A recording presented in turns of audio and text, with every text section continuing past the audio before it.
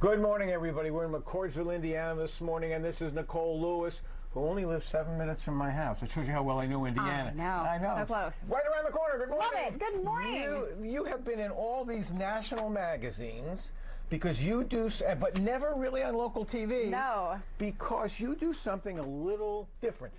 Tell us in one sentence first, what do you do that's different?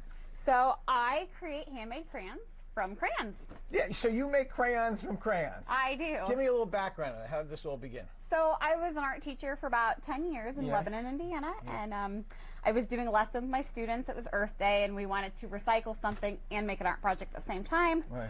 So, the art of melting down crayons, hasn't been new. I used to do this with my mom and little Dixie cups, which is what I did with my kindergarten class. You could do this by accident if you left them in the car in the summer. Exactly. Oh, right. so I'm going to be really mad at you, though. Okay, yeah. But I wanted to come up with a way where it was less stinky and more of a clean process and a unique process. And so I started melting down crayons from old and broken crayons, reusing them. And then we were joking about this, but you literally make crayons out of crayons. So give me an example, and we'll show more of the process in a future segment. But so give me an example of what you do. I do. So right now I'm working on Valentine favors because we're getting really close to Valentine's Day. And so I take all the nubs and stubs and I melt them down and I make different shapes. So some of our most popular, I design donut crayons. I create crayons that look like popsicles.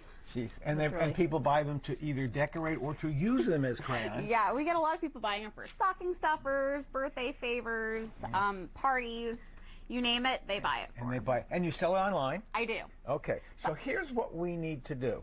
In the next several segments, we're going to actually show how you melt down the crayons. And the other question is interesting. Our photographer, John, said, how do you get the paper off that? You actually have a machine that does that. I do, yes. It makes the process a little bit more easy. A little easy, so I don't want to give that away yet. So when we come back, we'll show how Nicole actually melts the crayons, forms them into other crayons, and we'll show you how they get the paper off the crayon. I don't think it's the most time I've ever said crayon in 40 years of doing television. You say it the way I say it, crayon. Some people say crayon or crown too. So it's that big debate.